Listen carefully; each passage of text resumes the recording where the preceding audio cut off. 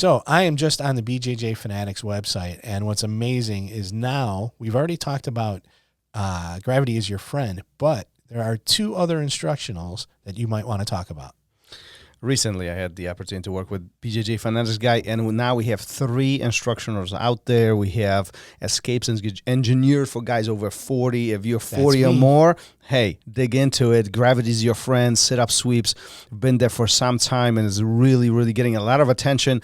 And then we have the smash the knee folding pass. Now, that's one of my favorites. So if you haven't looked at them, take a look. BJJfanatics.com.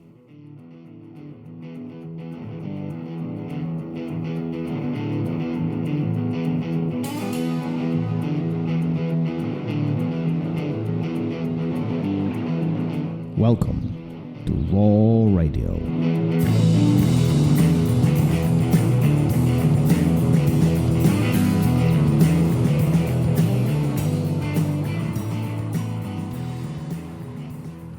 And we're live. Here we go again. All right.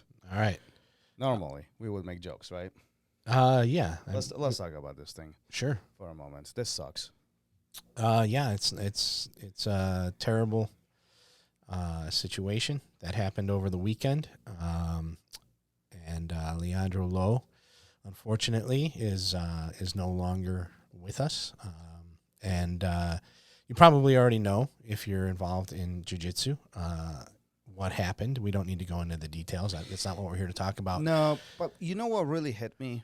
Like, as I was reflecting last few days on this, and I was reading and, different posts, and I even posted myself. I've never met Leandro, but, I've seen him at Worlds and Pan Ams, and, you feel that, it's in a way idol that you look up to, somebody known, a public figure and so on. But what really hit me in the last few days is how precious and how vulnerable life is. Yeah. You can be the best of the best of the best on the top of the food chain from what you do.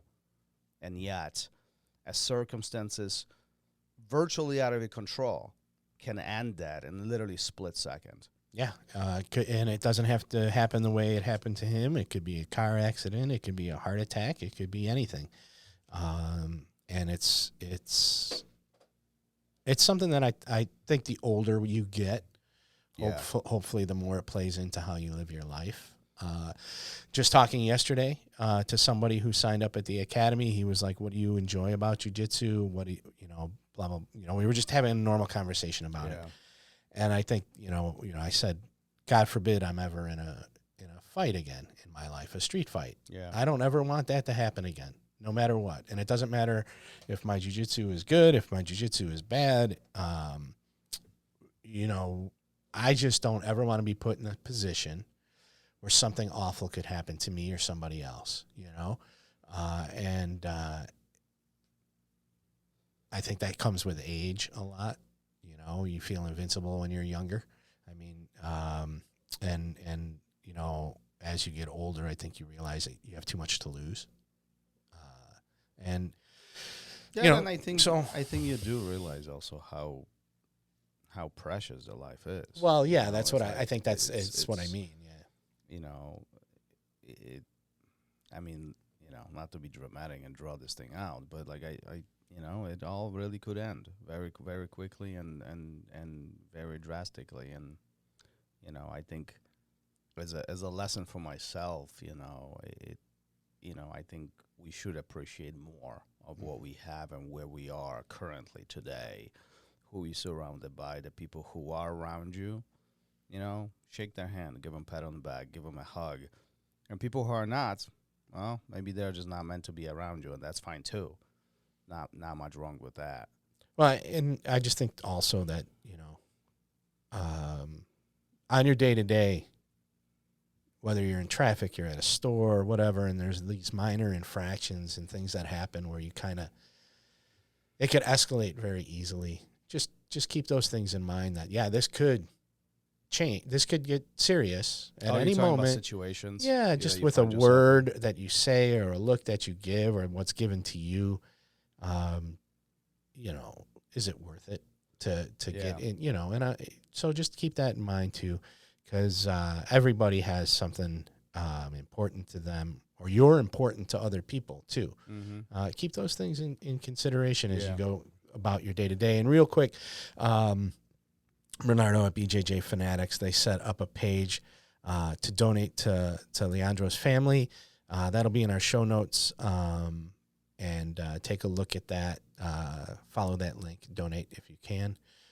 Every little bit helps. They have a goal.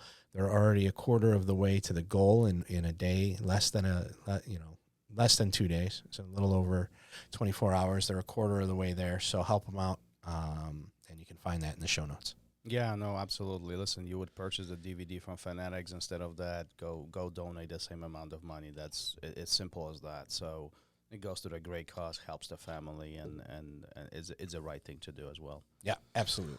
So it happens that we talked about being in the moment and keeping it playful. Yeah. Ryron Gracie, right? Yeah. I mean, first of all, mind-blowing stories from behind the scenes from first 5 UFCs. You have to listen to that episode. Yep. But I think big part of the conversation was keeping it playful. Yeah, which is a term that he started using and put out there and got a lot of flack for, I think, in the beginning. Well, it's hard. I think when you look at this from a 10,000-foot view, we are training to fight. We train to fight. We train to, if one wants to define a objective behind jiu-jitsu or grappling in general, many would define a submission or points of control as the goal. Keeping it playful puts it in the completely opposite direction, which I can see why some would disagree with that, right? I think the interesting part about this is that when you actually do keep it playful, it allows you to see the opportunities for you to manipulate, or I should say, maneuver through the situation you find yourself in. Explain what it means. What does it mean to keep it playful? Well, I think where he was leading at this, or where the thought behind it is not to get stressed out, not to have a high anxiety of the moment of getting smashed, particularly if you are in a position of disadvantage, right? So let's just hypothetically say somebody's on top of you, whatever that means. Somebody's on top of you. If you allow yourself or your mind to go into the anxiety point and start panicking, at that point, you are unable to make any decisions, or your decisions are very fogged, essentially. As a result of that, consequentially, you won't be able to intelligently make next steps. And as a result of it, your success significantly decreases. It just goes down, right? It's downhill at that point, right? So, and I use the terminology of the ocean often on the mat. I don't remember who said this. Somebody even made that analogy here. Was it Zanji? Zanji said something about it. Zanji said something about it, right? It's like if you were dumped in the water in the middle of the ocean and there was no shores around you, right? There was a big difference between you grasping for air, trying to catch it and kind of survive, versus acknowledging the fact, I am here, I am right now, this is happening, so let's stop panicking, let's start treading the water, let's stay afloat, and now, one, anxiety goes down, two, panic, and now I can make intelligent decisions. I'm not worried about my breath, I'm not worrying about drowning. There's nothing I can do about that. I am afloat. Now let's look around. Which direction I should be going? What can I do to get myself out of this situation? And in jiu-jitsu, I think that's very, very comparable. It's when we find ourselves on the bottom, number one, especially in the very beginning of our journey, our number one thought is get me the hell out of here. Right. Which is probably the worst thing you can think about. It should be, one, I am here. Yeah. He brought that up. I'm here. Acknowledge this. Yeah. Like, I'm here. This might suck, but I'm here. Yeah. I've been given some good advice, jiu-jitsu advice over the years. But the one that sticks with me and always will, and that I talk to people about, and I even talk to the kids about it, is I'm on bottom side, and who I was with, Professor JT, put his hand on me and said, it's okay. What's the worst that can happen? Mm-hmm. You've been here before. It's okay. Mm-hmm. Relax. And what you just said, now start thinking intelligently. Slow down. Breathe. And I tell the kids that all the time, especially in the kids' classes. You know, nobody's going to mount you and submit you lightning fast. Yeah. Think about what you're doing. Yeah. You see them all the time. They try and buck somebody off, but their feet are up in the air. It's like, how can you bridge if your feet are up in the air? Yeah. Slow down. Yeah. You're safe. You're okay. He used to do that to me too when we trained. He was like, "So, you here? So, yeah. So, just relax. You've been here. Yeah. It's the same thing. Nothing changes. Well, don't panic. Stop." Right. It's like, and I love that. That's what's wonderful about jiu-jitsu training in class, at least, is you have the availability to tap, right? So you don't have to panic. You never have to panic in class. Oh, I see what you know you're what saying. I mean? What's the worst that's going to happen? What's the worst that's going to? Yeah. What's the worst? Yes, it's not like he's not referring it to somebody being on top of me outside. He's talking about in the class. What's the worst that can happen? But we both know that's not how it works. Right. But it is how it works. In class, it's how it works. That's what I took away from it. Yeah. 1, breathe. Yeah. 2, what's the worst that can happen? Yeah. The worst that can happen is I tap because he either is choking me or, he's compromising a joint. Yeah. That's it. That's the worst that can happen. Yeah. And he's not gonna and I think this crank anything. So I tap, I start over. I think the in a way ironic and funny part about all of this is that as you watch students and listen, as you're listening to it, think about this for yourself. Like you're in the bottom, the anxiety goes up, panic kicks in, heartbeat goes up, your heart is pumping out of your chest and the whole thing. And then just ask yourself for a moment, why? Why is this happening? Mm-hmm. Is he choking you? Nope. Nope. Is he punching you? Nope. No. Is he submitting you in any way? No. So why you panic? Yeah. Why? Just because he's on top of you? Mm-hmm. I mean, is that really a reason? Like, no. And I hate being on bottom. I hate it. Right. Oh, me too. But I'm fairly safe down there, especially if I'm not exposing myself in any way. And it's like I can stay down here all day. You keep expending energy, I'm fine. You don't have any of my limbs. You don't have anything in my collar. Mm-hmm. I'm all right. Yeah. Especially if I can get to my side and carry your weight a little bit better, and I can breathe. I don't care how much time is on the clock.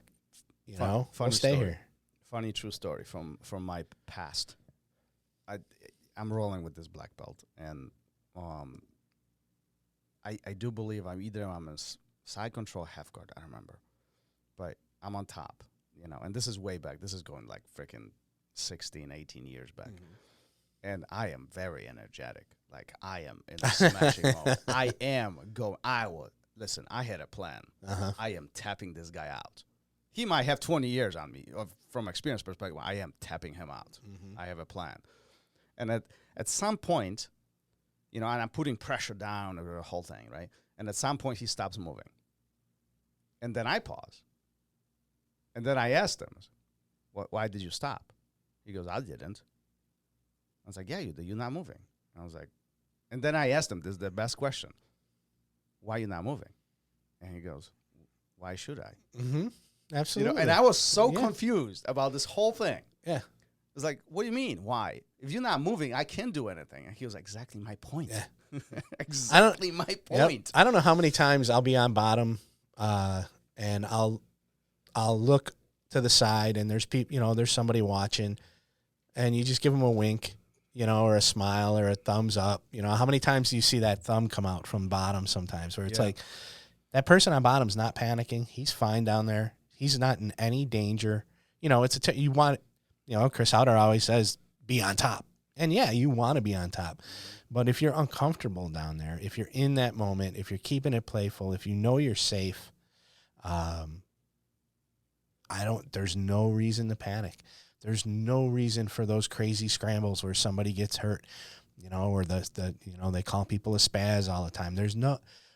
If you can get comfortable down there, none of that stuff ever happens, and you take it easy, you're breathing, you're carrying their weight properly.